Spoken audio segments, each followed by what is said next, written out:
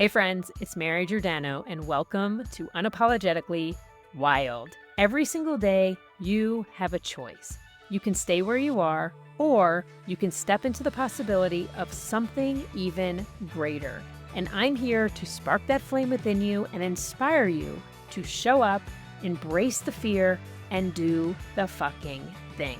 Messy, scared, and real. Let's get started. Hey friends, it's Mary Giordano, and welcome back to Unapologetically Wild. If you've ever found yourself living a life that feels like it checks all the boxes but still feels a little off, this episode is for you because today we're calling out one of the sneakiest forces keeping women stuck, and that's the word should. The word should has literally ruined more lives than failure ever could because should, it doesn't care how you feel. It just wants you to stay in line, which, if you ask me, is absolutely no fun. Most of us were raised in a world where should ruled everything. You should go to college. You should settle down. You should want the marriage, the kids, the mortgage, the steady paycheck, the 5-year plan. And if you don't want those things, there's this subtle pressure like maybe you're lost, immature, or just doing life wrong. But here's the truth a lot of women don't realize until much later in life. Sometimes you're not confused. Sometimes you're just not meant to live a life that fits someone else's blueprint. And that was me. I never really fit the mold, not because I was trying to be different, but because it just never felt right. And I know I'm not the only one out there like this. So this episode is for the women who are done feeling guilty for wanting more. The ones who are waking up to the fact that they may have built a life on shoulds and they're now ready to rewrite it. And this isn't about throwing shade on people who chose the traditional path, the marriage, the kids, the mortgage. That might be exactly what some people want. But the problem is we were never really taught to ask for what we want. We were taught to follow the script. And the thing about scripts, they don't leave room for real life. They don't make space for curiosity or change or wild dreams that make zero sense to anyone but you. So maybe this episode is your permission slip, or maybe it's a quick gut check.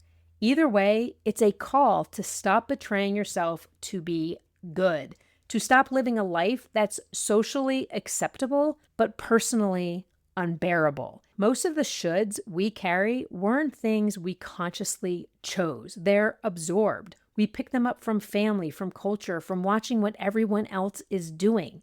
And the tricky thing, they're not always loud. They're quiet. They sound like, you should want to settle down. You should be thinking about kids by now.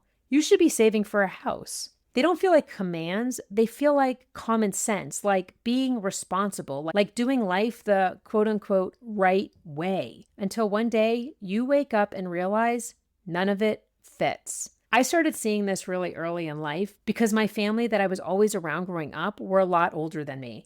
And so while I was in my late teens and early 20s, they were already starting to get married, buy homes, have babies. And I remember thinking, I know I'm quite a bit younger here, so I have time, but I also figured that's what I'd eventually do because that's what adulthood looked like to me. Then as I started getting older, came the weddings, the bachelorette parties, the baby showers with my friends. And that's when the pressure got a little more personal. For a brief second, I did start to feel like maybe I'm falling behind here, but here's the thing. I never actually wanted to rush into any of it. There were way more moments in my life where I was literally saying to myself, Mary, you've got things you want to do, and you don't want anything or anyone holding you back. And this wasn't because I was afraid of commitment, but mostly because I knew if I committed before I was ready, before I knew what I truly wanted, I'd be living someone else's life. And I didn't want to carry resentment around for choices I made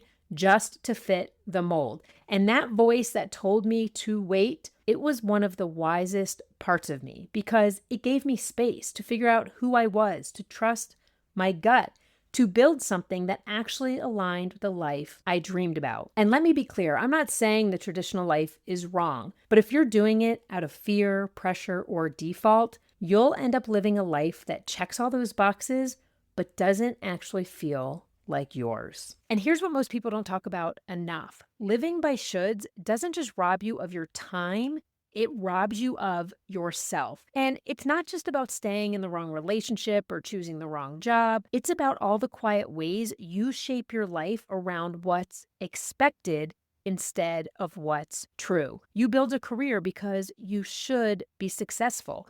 You say yes to things you don't want to because you should be grateful. You stay quiet or keep your mouth shut because you should keep the peace. The shoulds, they sound responsible, reasonable, even noble, but underneath, they're silently suffocating the life that actually wants to live through you. So if you've been living by shoulds for a while, you have to know that there's a cost to that. And I don't just mean feeling burnt out, I mean the deeper stuff. The dreams you've tucked away on the shelf that are covered in dust, the version of you that never got a shot, the freedom you traded for approval. Because every time you say, I should, without checking in with what you want, you chip away at your own self-trust. And like I said before, it doesn't always show up as some big dramatic breakdown. Sometimes it's a slow drip. It's the way you feel tired for no reason, the way joy feels flat, the way you envy people who are doing what you wish you had the guts to try. And that's the cost.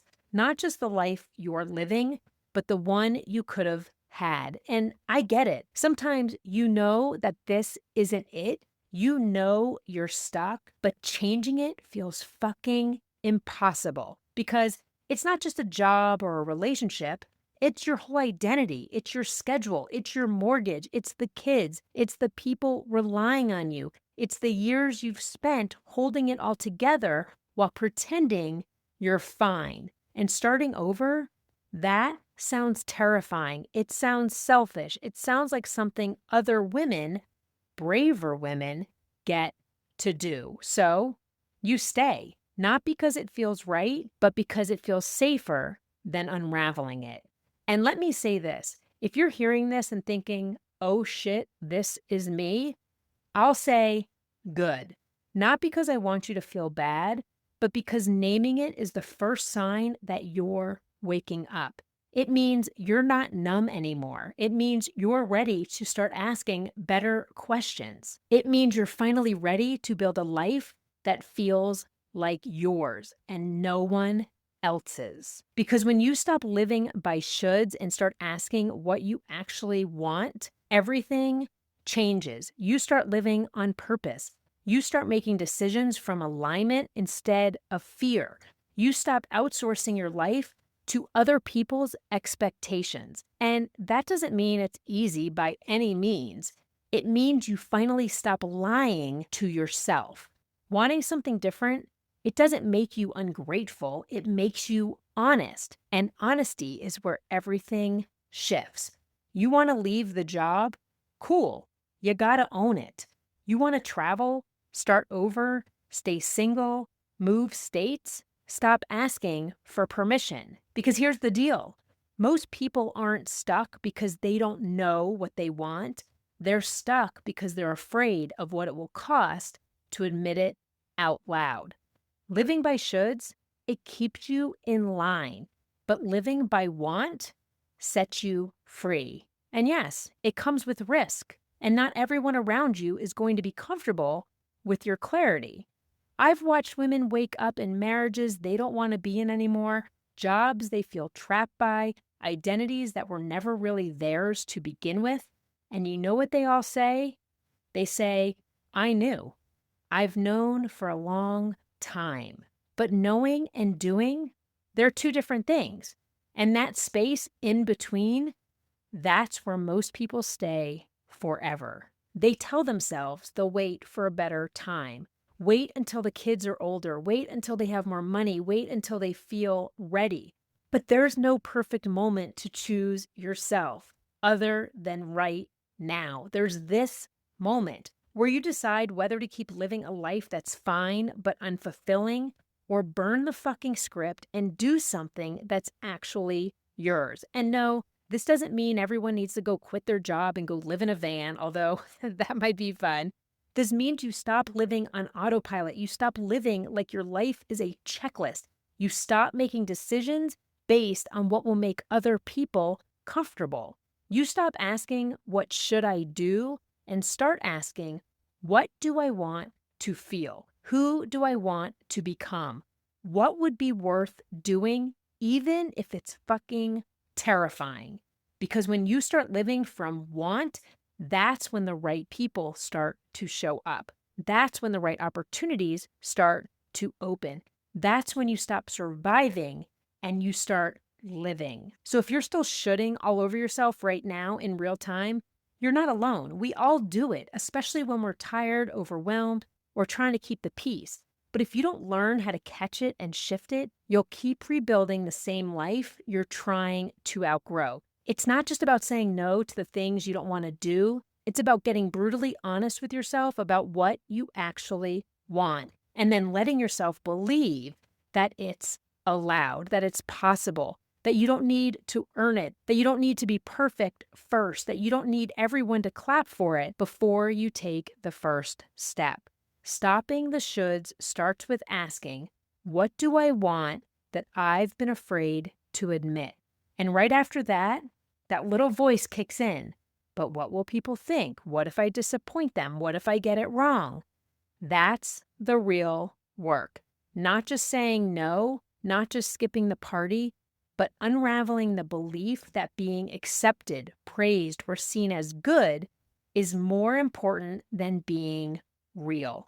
Because people-pleasing doesn't look toxic. It looks like kindness, but it trains you to abandon yourself over and over again. And if this is hitting something in you, go listen to episode 4, People-pleasing is making you miserable, because it is. So to stop shitting on yourself, you have to rebuild trust with the part of you that's been ignored. The one who's been quiet for so long, you barely recognize her. The one who stopped speaking up because every time she did, you told her to be more reasonable, more polite, more agreeable, more grateful. That's the voice you need to hear again, because she knows. She always knew. You don't stop living by should with a checklist. You stop by choosing a new default. Not what do they expect from me, but what's true for me right now.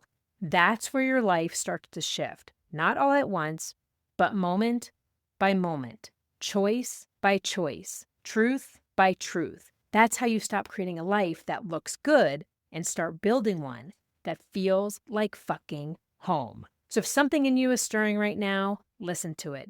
Don't silence it. Don't shove it back down. Don't call it dramatic. That feeling, that's truth. And it's not here to ruin your life. It's here to wake you up to it. You don't need to know all the answers. You don't need a 5-year plan. But what you do need is to stop settling for a life that feels fine. Because fine, that's where joy goes to die. And you weren't put here to tolerate your one life. You already know what's not working. Now, you get to decide what you're going to do about it. Your future self doesn't want you to keep building a life that checks boxes but leaves you numb.